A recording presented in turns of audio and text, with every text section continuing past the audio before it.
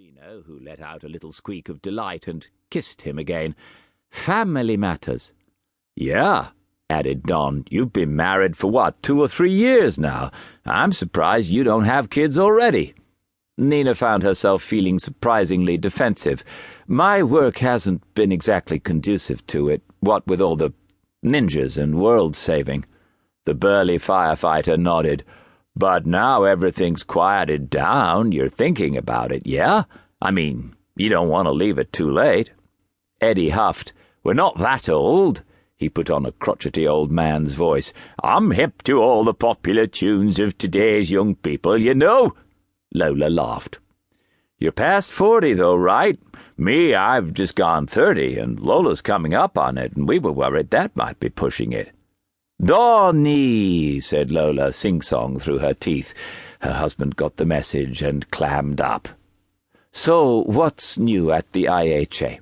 How's my replacement working out?" "Melinda?" Nina said. "She's fine. She's doing a good job." Seeing Lola's face fall ever so slightly, she continued, "Nearly as good as you." The younger woman brightened. "Okay, what else? Al Little got a job with Apple in California. Lucy DeMille got engaged. Bill Schofield got promoted. Oh, and we got a new UN liaison after Sebastian Penrose, retired. The United Nations official's departure had been under a cloud, to say the least, but to avoid a media scandal, the details were covered up.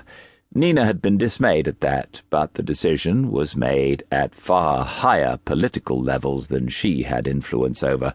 A guy called Oswald Seretse. Lola searched her memory, then nodded.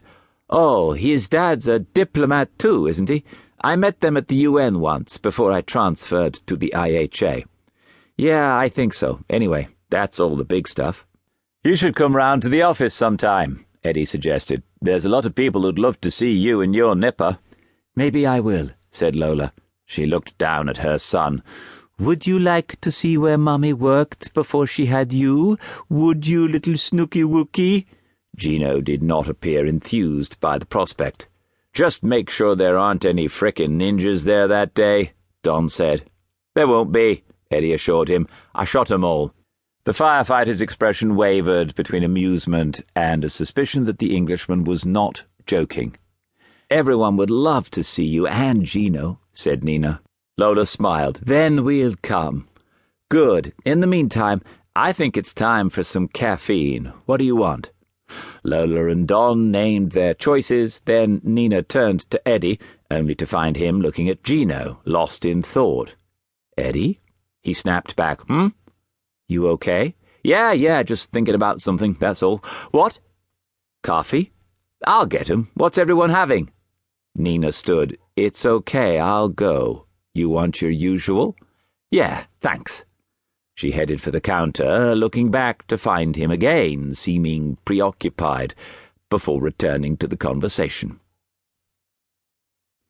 The same look was on his face that evening. Nina was curled up in an armchair, reading a book, ignoring the television.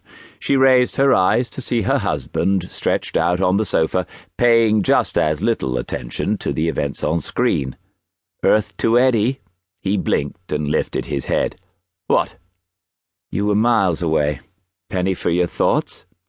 "Sounds like a good deal," he said. "If I'd had a penny every time I'd had a thought, I'd probably have about, £3.17 by now." "That much?" They both smiled.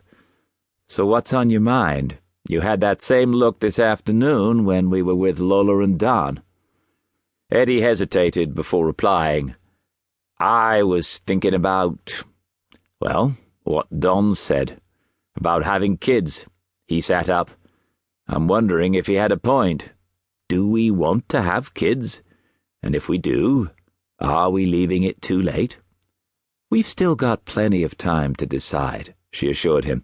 "Like you told him, we're not that old." He didn't seem convinced. "I don't know, I'm past 40 now. You're coming up on 35. I mean, Christ, my mum and dad were only 21 when they had me." "Times change, though. People had kids when they were younger back then. My parents were in their mid-20s when I was born." "I suppose." Realizing that the matter